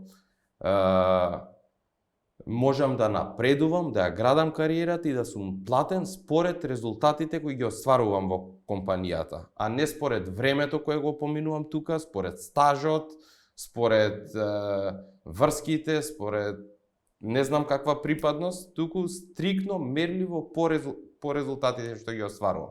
Ако остварам добри резултати, бев сигурен во компанијата дека ќе бидам соодветно награден за тие резултати. Ако не остварам добри резултати, бев спремен да си го прифатам ризикот и одговорноста за тој неуспех. На настанот кога отидовме, тој се одржа во преубав хотел во Сараево, хотел Европа. Тоа беше годишното собрание. И тамо можеби сум ја почувствувал најјаката емоција за бизнис во мојот живот. Кога влеговме во салата за прославата, таа беше во еден постар хотел, богато изгледаше, аристократски стил беше некој. До тогаш не сум имал прилика да присуствувам во таков хотел со такви луѓе, сите дотерани, мажи, жени, убава атмосфера, позитивно.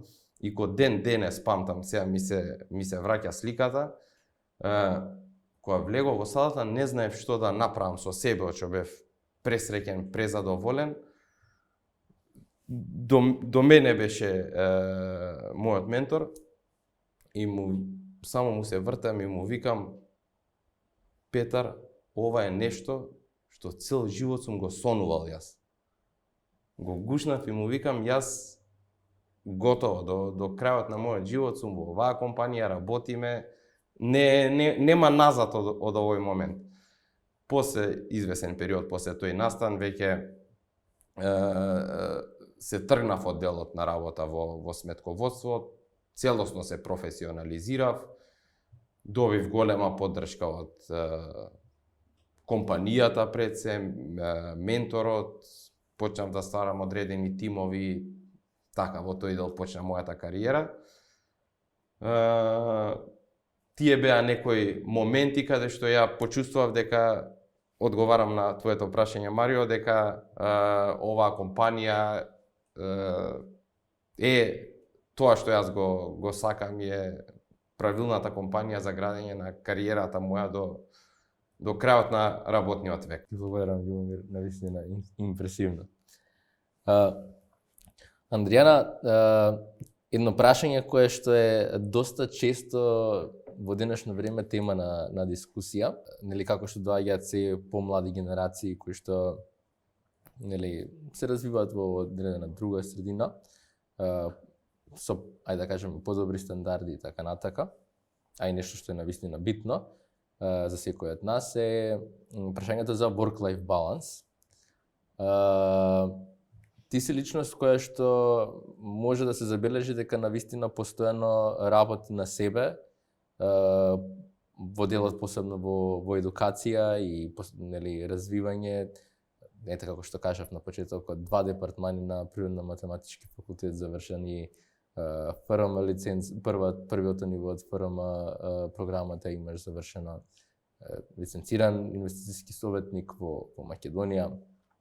Дополнително имаш и локален курс за риск менеджер завршено. Значи, тоа е се работа и едукација кои што навистина треба доста да се посвети време за да се совладаат. Дополнително имаш неверојатна функција, односно извршен директор на ВФП фонд менеджмент, кој што само по себе значи многу обврски, многу задолженија. Па ме интересира каков е твојот work-life баланс и кој е твојот совет во во однос на ова прашање? Така, Марио.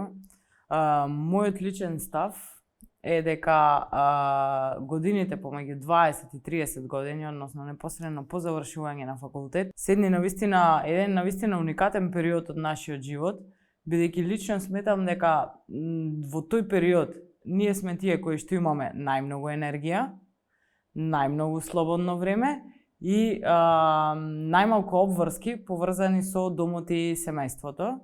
Така да сметам дека тој период од животот треба навистина да ни е поставен, да гледаме што е можно повеќе да се градиме самите себе како личности, значи тоа подразбира градење и на личен, меѓутоа и на професионален план, дали тоа ќе бидат преку различни едукации, како што спомна, преку учество на различни семинари и слично. Многу е важно да се искористи тој период за, ајде да кажам, да се стигне до некое ниво од нашите кариери.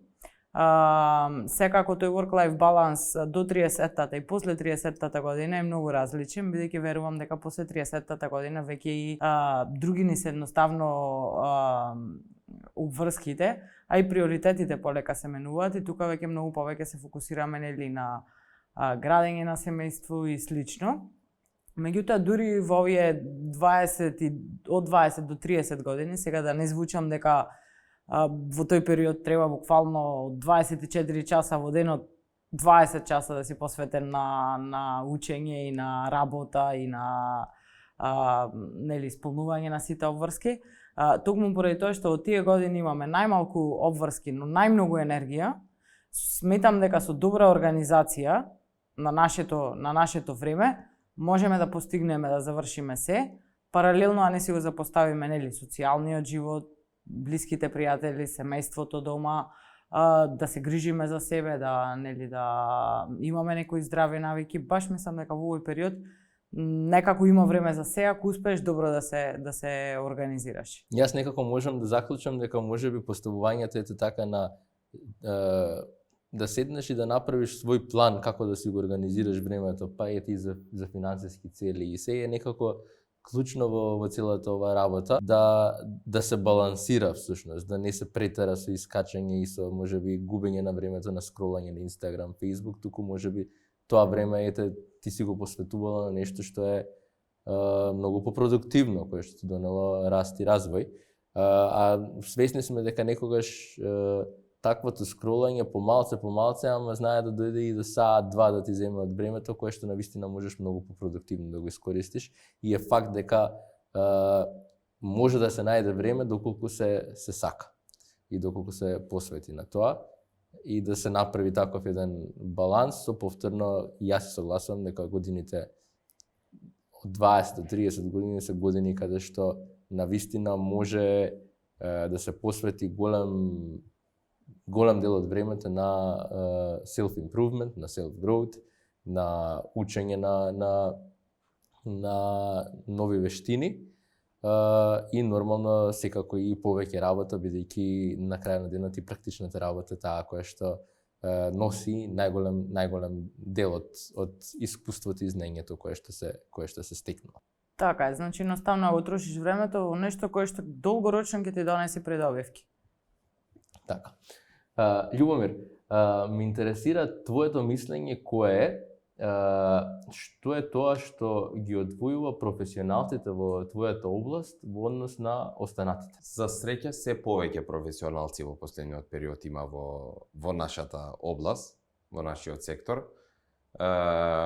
И некои клучни разлики што би ги издвоил околу професионалците и останатите во нашиот сектор е што професионалците нормално повеќе се едуцираат, повеќе се трудат, повеќе стекнуваат нови вештини. Во претходниот дел од разговорот зборевме за инвестиции, дали обврзници, дали акции, дали недвижности, дали фондови. Да не заборавиме дека професионалците голем дел од инвестицијата ја прават и во себе. На разни начини може тоа да се прави. Не само инвестиција во себе од аспект на едукација, инвестиција во себе и посета на некој настан, запознање одредени контакти таму. Зборам како целокупна инвестиција во себе инвестирање во одреден имидж, изглед, значи зборам за целокупна инвестиција во себе. Поголемиот број на професионалци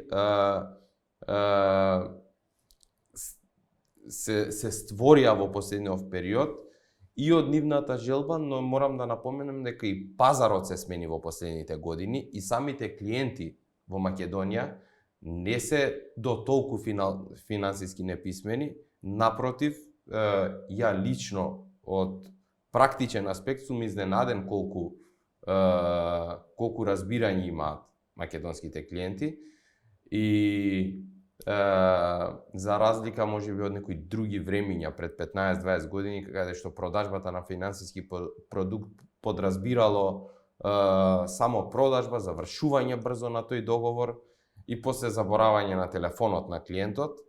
Разликата денес, и горд сум тоа да го кажам во име на нашата компанија, на сите што имаме однос со клиентите, без разлика дали е во делот на пензиски фонд, во инвестицијските фондови, па и во делот на осигурување, кој е дел од нашата групација, да кажам, и другите делови од групацијата.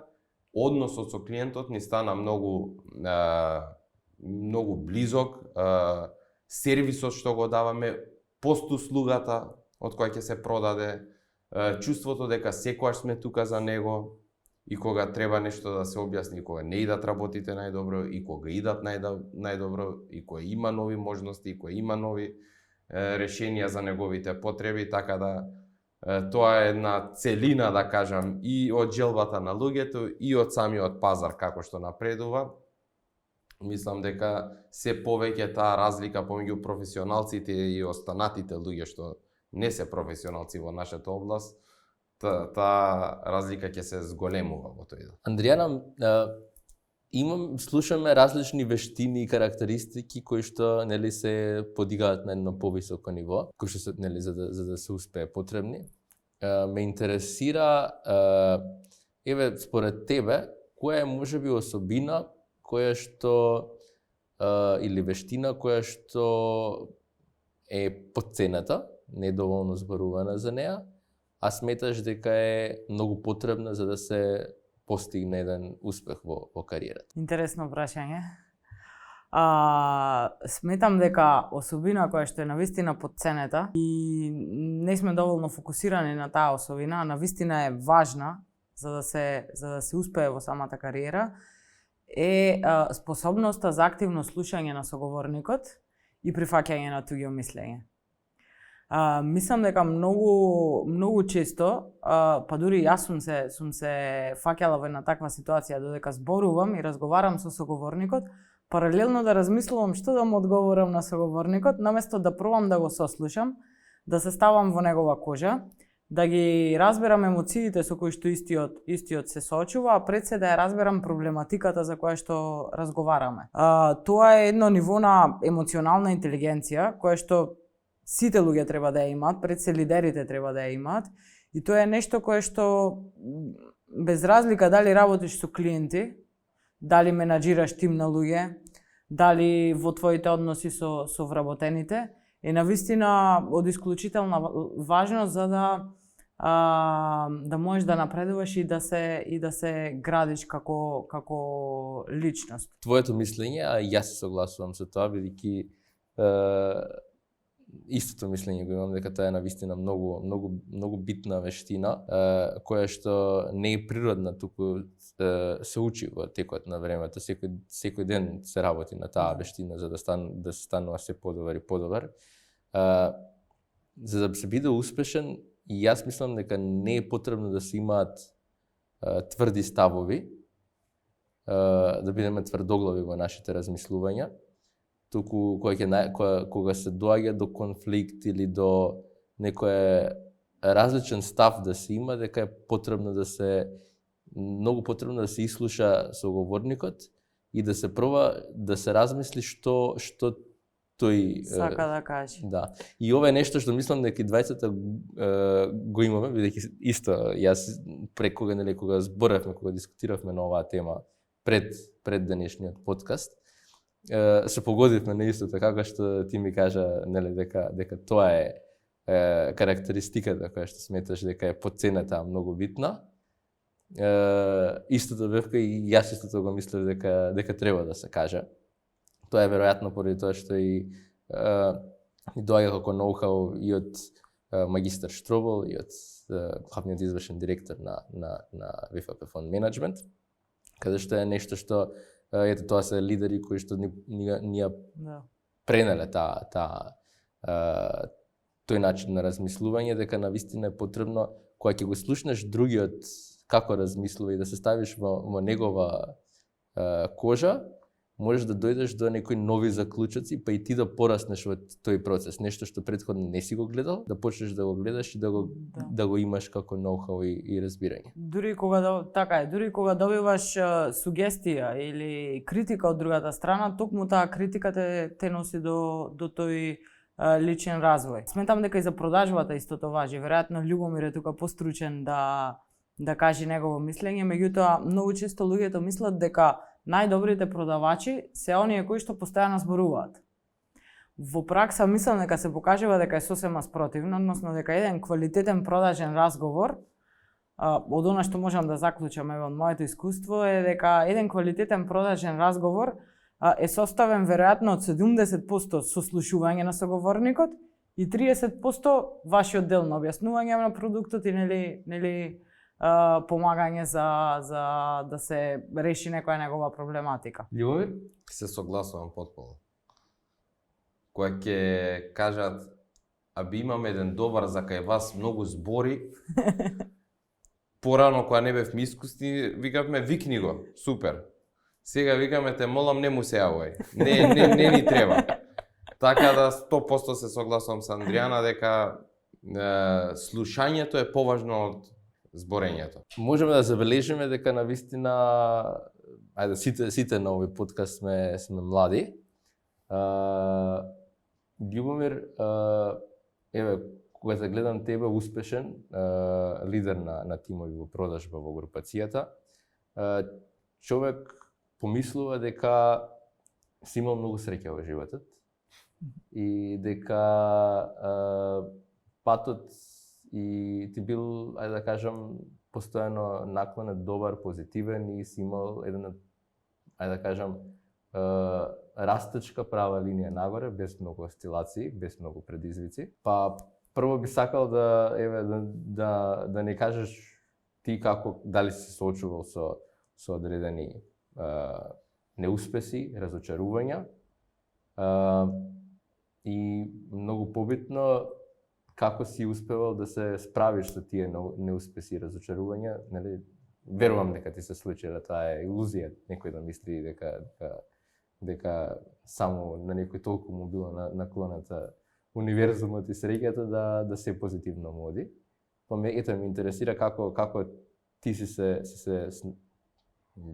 борел со таквите ситуации. Првин кога сме кај среќата, нормално е дека секој успешен човек го пратела одредена среќа. Тоа е и нормално на патот до одреден успех. Мене, пример, може енергијата што сум барал нешто, ме донело до компанијава, кај што сум имал среќа да дојдам во контакт со компанијата, па да дојдам во контакт со мојот ментор. Исто така сум имал среќа што сум имал поддршка од дома. Не сум имал кочница да работам нешто друго, да менјам професија, од тоа што веќе сум го работел и така натаму. А факт е, Марио, дека сум се соочил со многу неуспеси и со доста разочарувања, што кога ќе слушнеме за некој неуспех и кога ќе прочитаме во некоја книга, некоја приказна каде што неуспех после се успеало, се интересни приказните, но кога ги доживуваш ти сам кај тебе која е неуспехот и разочарувањето, е малце потешко, не е толку интересен филм или книга, но повторно за среќа сум ги надминувал тие ситуации, што биле чести и во одредени етапи, бидејќи сум ја работел работата што ја сакам. И мислам дека тоа е клучно, за да можеш да издржиш одредени фази, одредени разочарувања, притисок од одреден неуспех, мора да го работиш тоа што го сакаш и стварно да веруваш во нешто. Многу е тенка границата, малце ако вербата ти е намалена и не го работиш тоа што го сакаш, не си задоволен од компанијата, и мал неуспех ќе те доведе па до откажување, не само до привремено разочарување. Така да мислам дека е клучно што сум бил во компанија каде што сакам да бидам, со луѓе кои што сакам да функционирам, ми помогнало да ги надминам тие работи. Исто така менторството и делот колегијалноста во нашата компанија. Морам да ја напоменам и колегијалноста, бидејќи разговорот и со менторот од една страна, и со колегите кои ги преживувале или ги преживуваат истите предизвици на разочарување, одреден неуспех и така натаму, тие разговори многу ми помогнале, верувам дека и ја на некого сум помогнал со мој разговор, и тоа го рачунам како една додадена вредност за секој човек што ќе сака да гради кариера во нашата компанија, дека тимскиот дух што се гради во нашата компанија е на многу високо ниво и допринесува за развој на секој поединец во компанија. Исто така, мислам дека генерално кај младите луѓе проблем се социјалните мрежи. Тука се надоврзувам на прашањето за неуспех и разочарувања, каде што успешните луѓе се прикажуваат дека тоа е премногу лесно, дека премногу едноставно, дека успехот е само пукање шампањи, јахти, добри журки, девојки, дечки, забави и така натаму, добри коли, апартмани, а не го прикажуваат другиот дел од патот и реализацијата до тие удобства. Е голем проблем што на младите им се ствара погрешна слика за тоа како се постигнува успех. И при првиот реален допир со реалниот сектор, народски кажано, кога ќе мудри шамар реалниот свет и ќе ги врати 10 чекори назад од тоа што си го замислувале дека они одма ќе прават успеси, одма ќе се реализираат, тоа све ќе иде супер, сите ќе ги засакаат, вратите ќе им бидат отворени, им прави големо разочарување кога ќе се соочат со тоа, бидејќи тие неколку приказни на прсти што можеме да ги изброиме на интернет, познати брзи резултати што направиле, стварно на некои се погаѓа, имали среќа, имали моменти или имал преголема интелигенција, ама тоа се неколку луѓе што ги знаеме сите и ќе ги изброиме на прсти од 7,5 милиарди луѓе на планетава. Интернетот дозволува сите да ги видат тие. Достапни ни се. За разлика од нашиот почеток и на колегите што почнале во периодот јас кога сум почнал, нас идоли не ни беа тие, не ни ги познаваме, дека Facebook имаше, Instagram немаше тогаш, или не беше атрактивно. Не беше толку експонирано тоа, и идоли ни беа луѓето што прават највеќе со станоци во текот на денот, што највеќе труд вложувале, што највеќе километри поминале извозени за да дојдат до подобра кариера. Така да мислам дека тоа е одговорот на прашањето. Јас морам да се надоврзам дека навистина разочарување и неуспеси се случуваат секаде во секоја кариера. Според мене најбитно е во таквите периоди да не се носат прво избрзани одлуки, емотивни одлуки. Битно е да се издржи низ тој период и да, бидејќи после издржување поминува тој период и доаѓа после еден позитивен.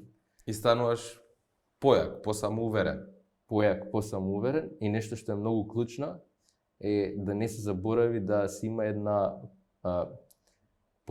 позитивен поглед кон работите. Иако е тешко да веруваш дека ќе биде подобро и дека ќе дојдеш до решение или до некоја друга алтернатива, некако да го решиш проблемот, дека ќе се решат работите, дека можеш да постигнеш, да имаш една позитивна мисла, да не те преовлада негативните ставови кои што можеби доминираат лево, десно и така натака.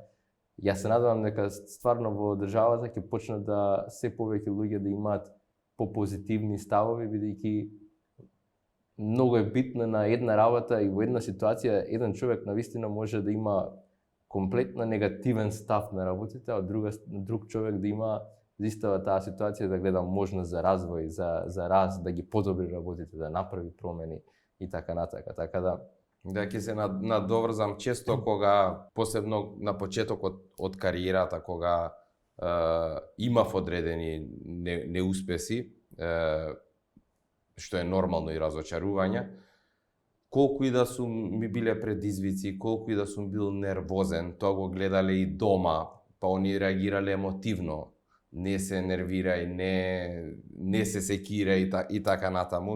Нормално е да е таква реакцијата дома.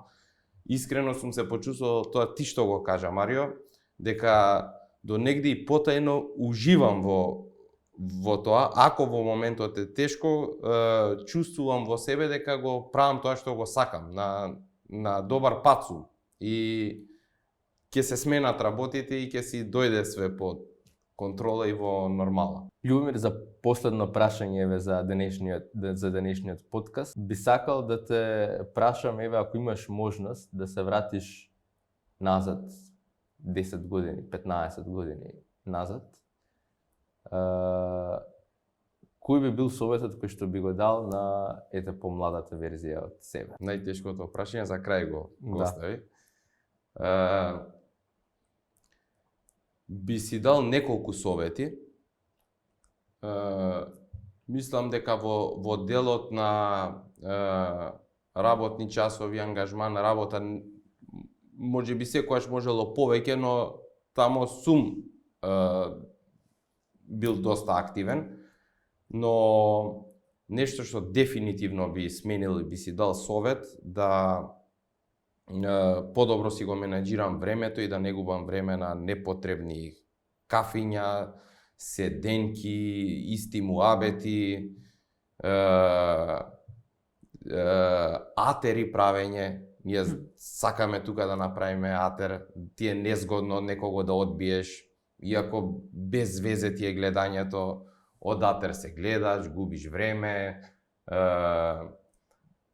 поише би вложил во одредена едукација. Мислам дека секојаш едукацијата, посебно во сферата кај што работиш, колку поише вложуваш, толку поише може резултатот да биде поголем. Никогаш не е доволно, иако доста сум се едуцирал, сум читал, посебно порано повеќе има време од сега во тој дел да инвестирам. Да бидам похрабар во носење на некои одлуки, бидејќи полесно се носат похрабри одлуки кога си помал. Ја мислев дека кога ќе подпораснеш, полесно се носат, ама одговорноста е поголема каде кога расте човек, посебно кога створил фамилија и така натаму. И во тој дел тоа би било, а чисто како за крај, работиме со млади луѓе често и голема пречка знаат да се родителите. Не злонамерна пречка, да не бидам погрешно сватен, туку од аспект на заштита, дали е тоа да се вработат на некое класика административно место или ако имаат сопствени бизниси родителите, да мора стрикно во нивниот бизнис да е детето. Би сакал од пракса да напоменам една работа што ја гледам, дека може родителите и одредени родители што доста успеале во изминативе години да им обезбедат и најубава кола на 18-20 години, најубави летувања, искачања, недвижности, фирми да им остават, акции, удели, све да им остават и да им дадат, само една работа не може да им дадат, што не е поврзана со материјално, не можат да им ја дадат емоцијата која носи успехот на еден човек и само реализацијата на еден човек, бидејќи таа емоција не може ни да ти ја дадат, а па убавото е што не можат па не да ти ја земе никој. Туку единствено ти можеш да ја заслужиш и ти да ја почувствуваш. Таа верувам дека е најубавата емоција која човек е самореализиран, се чувствува успешен, среќен со себе. И иако тоа нема ниту мирис, ниту е видливо, негде го пишува, ниту можеш да го пипнеш, мислам дека таков човек го осеќа целата околина, каде и да се движи таа емоција, таа енергија, што само ти можеш да си ја заработиш во себе и никој не може да ти ја даде, колку и богатство да имате фамилиарно. Треба секој млад човек да се стреми кон тоа и мислам дека и родителите треба да имаат во предвид дека секој човек има право да се реализира самиот себе во делот што он сака и да иде по неговиот пат. Љубомир, Андријана, ви благодарам на сите овие ставови кои што ги споделивте, искуства кои што ги споделивте со гледачите, со сите нас. За крај би сакал да ви се заблагодарам и на вас, на гледачите, на инвеститорите, на потенцијалните инвеститори, за вашето време кое што го одвоивте да го изслушате овој подкаст.